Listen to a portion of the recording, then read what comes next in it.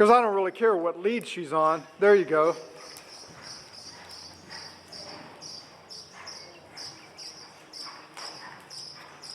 Now just stop her. Say where with your seat.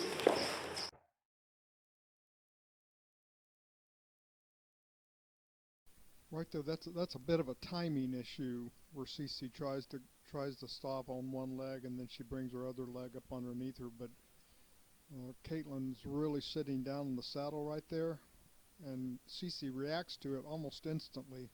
And the timing's just a hair off, but other than that, that would have been great. She doesn't pick up the reins, she doesn't pull back on the reins and interfere with Cece's front end. She's just sitting down in the saddle asking Cece to stop. Really great form.